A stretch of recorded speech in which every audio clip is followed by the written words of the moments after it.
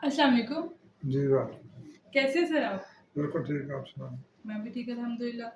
اچھا ناصر صاحب، آپ نے پہلے بھی قبر کے عذاب کے متعلق ایک بیان دیا تھا جس میں آپ نے قرآن سے دلیل پیش کی تھی، لیکن ابھی بھی بہت سے لوگ حدیث کا حوالہ دے رہے ہیں کہ حدیث میں آتا ہے قبر کا عذاب ہے.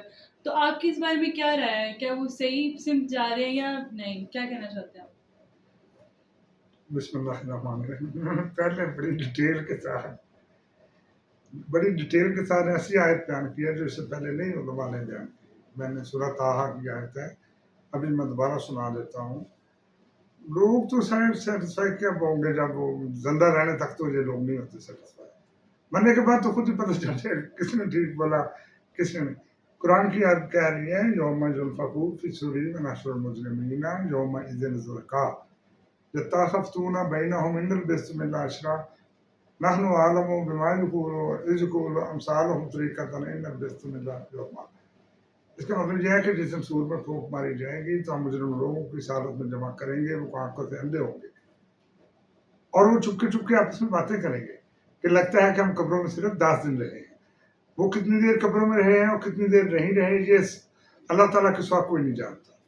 ان میں سے ایک صاحب رہے تو یوں کہے گا نہیں مجھے ایسا لگتا ہے جیسے ہم قبروں میں صرف الا یوما ایک دن رہے. اب ایک مردہ مر گیا 50,000 سال پہلے، ایک حضرت عیسیٰ کے دور میں مرا، ایک ہمارے نبی پاک صلی اللہ علیہ وسلم کے دور میں مرا، ایک ہمارے دور میں مرا. 4 قسم کے مردے اٹھیں گے ایک ہی جگہ جو گناہگار ہوں گے. ان بیچاروں کو یہی نہیں پتا کہ مرے ہوئے کتنی دیر ہوگی. اگر ان کو قبر میں سزا جزا ہوئی ہوتی تو لازمی کہتے شکر ہے اس پروردگار کا جس نے ہمیں قبر کے عذاب سے نجات دی. وہ تو آپس میں یہ توہین کر رہے ہیں کہ ہم قبر میں کتنی دیر رہے ہیں. قبر میں کوئی سزا اور جزا نہیں. قبر صرف اور صرف ایک میت کو ڈھانپنے کے لیے، اس کی پردہ پوشی کرنے کے لیے، تاکہ اس کی تذلیل نہ ہو، اس کی حرمت خراب نہ ہو، اس لیے قبر کا حکم. ورنہ تو پرانے وقتوں میں جب لوگ ہینگ کرتے تھے، سولی چڑھاتے تھے تو وہ اس کے ہینگ کیے رکھتے تھے. مرنے کے بعد پرندے اس کا گوشت نوچتے تھے، ہر کچھ اس کے لاش کے خوب جی بھر کے بے حرمتی ہوتی تھی. دوسرے مذاہب میں ہمارا مذہب اس لیے بہتر ہے، ہمارے نبی اکرم صلی اللہ علیہ وسلم کا یہ حکم ہے. عیسائیوں کو بھی یہ ہے، جوش نے بھی ایسا کیا. ہم جو اللہ تعالیٰ کے ماننے والے ہم لوگ جو ہے نا اس کی قبر بناتے ہیں اور قبر بہترین ہے اس کا پردہ ڈھانکنے کے لیے. قبر میں کوئی بیٹھا نہیں ہوا آ کے، نہ بیٹھنے کی جگہ ہوتی ہے، نہ وہاں کوئی سزا جدا ہو رہی ہے. یہ منزل اور ہے. اس کی روح لے گئے، اس کی مٹی کو ادھر پھینک گئے.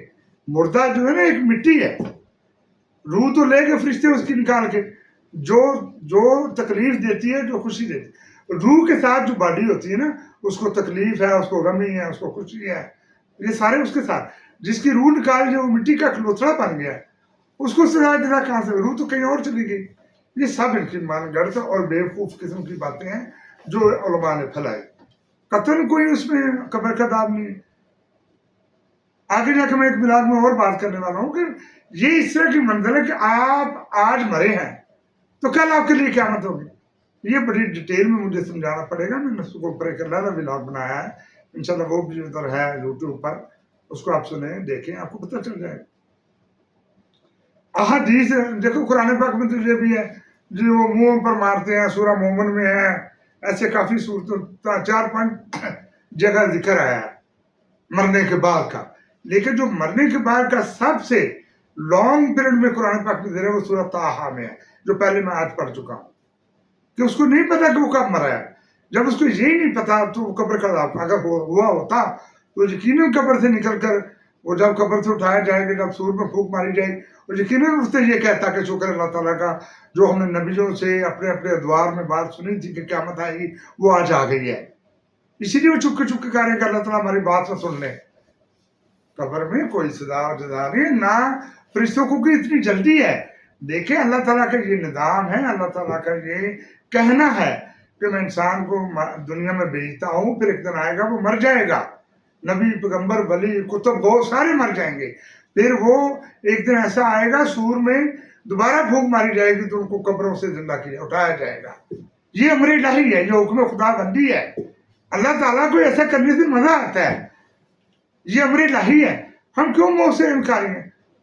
ہم تو اس طرح موت سے انکاری ہیں فلانے کو بھی موت نہیں ہے، وہ بھی قبر میں بیٹھا ہوا ہے. یہ کس طرح کی تشریح کی گئی؟ اگر وہ قبروں میں بیٹھ جائے تو ان کو ماننے کی کیا ضرورت تھی؟ ان کو اللہ زندہ ہی رہنے دیتا. مرنا اور مرنے کے بعد دوبارہ زندہ ہونا اور ایک دن یوم حشر کا کہلایا جانا اور اللہ تعالیٰ کا گناہگاروں کو سزا دینا اور نیکوکاروں کو اجر عظیم دینا، یہی قدرت ہے، یہی حکم خدا بندی ہے، یہی امر الہی ہے۔ اب دوسری باتوں کو کیوں لے آتے ہو؟ کیا حدیثیں اللہ کے نبی نے 1400 سال پہلے جو بات قرآن پاک میں لکھائی، کیا اس سے زیادہ معتبر ہے؟ ایک بندہ 190 سال بعد پیدا ہو رہا ہے اور وہ جمع کر کے اس سے پوچھ کیا جو نبی اکرم صلی اللہ علیہ وسلم نے جو بات رکھوا لی وہ زیادہ معتبر ہے، یا وہ کہنے والے سنانے والے زیادہ معتبر ہو گئے اور اکٹھا کرنے والے زیادہ معتبر ہو گئے؟ یہ کس طرح کی بیوقوفانہ باتیں ہیں؟ اس لیے آپ خود لوگ صاحب عقل ہیں، آپ خود عقل کریں، آپ خود اس کو تعین کریں کہ یہ بات کہاں جا رہی ہے۔ دیکھیں قرآن میں واضح لکھا ہے کہ ان کو نہیں پتہ چلے گا کہ ہم کب مرے تھے اور کب نہیں۔ سزا جزا ہوئی ہوتی تو یقین ہے وہ کہ بالکل سزا جزا نہیں ہے، نہ قبروں میں اتنی جگہ ہوتی ہے، اور جب وہ مر جاتا ہے، مردہ مر جاتا ہے تو اس کی روح کو کہیں اور جا کے قید کر دیا جاتا ہے، وہ قیامت کے دن اس کو کھولا جائے گا، جب روحیں آزاد ہو جائیں گی پھر اپنی مٹی کٹھی کریں گی، وہ اپنا حلیہ لے پھر کھڑی ہو جائے اسی مٹی سے۔ کسی کو پرندے کھا گئے، کسی کو مچھلیاں کھا گئی سمندر میں، کسی کو جانور کھا گئے، اس کی قبر ہی نہیں بنی، اس کو کہاں سے اٹھائیں گے؟ یہ ایسے ہی نہیں، ان کی بےہودہ سی من گھڑت سی باتیں ہیں، زیادہ مت جائیں ان کی حدیثوں پر، وہ بالکل بے بنیاد ہے۔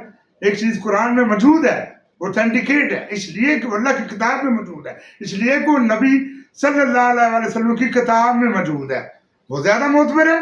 یہ بعد میں ان معتبروں کی کتابوں کو لے آنا اور ان کی باتوں کو ترجیح دینا اور پریفر کرنا زیادہ معتبر ہے۔ اس لیے یہ بالکل ان کی باتیں نام نہاد ہیں، ایسا نہیں ہے۔ اس سے زیادہ میں کیا کہہ سکتا ہوں؟